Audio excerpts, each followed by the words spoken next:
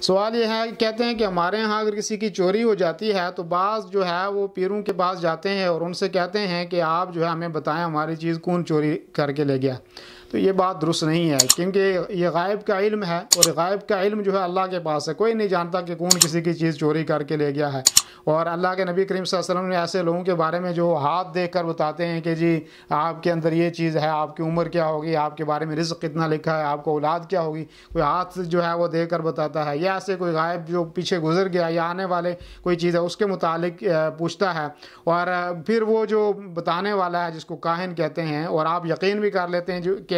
یہ بات جو اس نے کہی ہے وہ درست ہے، اس کے بارے میں شدید وعید ہے نبی کریم صلی اللہ علیہ وسلم کی۔ اور نبی کریم صلی اللہ علیہ وسلم کا فرمان ہے، من اتی عرافا، کہ جو آدمی کسی عراف کے پاس گیا جو ہاتھ دیکھنے والا ہے، اور فسألہ عن شیء فصدقہ، کسی چیز کے متعلق آپ نے اس سے سوال کیا اور پھر جو اس نے جواب دیا اس کی آپ نے تصدیق بھی کی، تو فرمایا لم تقبل لہ صلاۃ 40 یوما، ایسے آدمی کی نماز 40 دن تک قبول نہیں ہوگی۔ تو ظاہر بات ہے کتنا بڑا گناہ ہے کہ آپ نے جو بات اس نے کہی غائب کی بات اسے آپ نے تصدیق کر لی، 40 دن تک آپ کی نماز قبول نہیں ہوگی۔ ایسے ہی نبی کریم صلی اللہ علیہ وسلم کا فرمان ہے، من اتی کاہنا فصدقہ بما یقول، کہ جو آدمی کاہن کے پاس گیا اور اس کی بات کی اس نے تصدیق بھی کی، تو فرمایا فقد کفر بما انزل علی محمد صلی اللہ علیہ وسلم، تو اس نے محمد صلی اللہ علیہ وسلم کی شریعت کا انکار کیا۔ تو ایسے لوگوں کے پاس جانا ناجائز ہے، اور ان کی باتوں کی تصدیق کرنا بھی ناجائز ہے، اور ان سے کوئی بات پوچھنا بھی ناجائز ہے۔ ایسے لوگوں کے پاس نہیں جانا چاہیے، یہ کبیرہ اور یہ بڑا گناہ ہے، اور نبی کریم صلی اللہ علیہ وسلم نے شدید مذمت کی ہے اس امر کی۔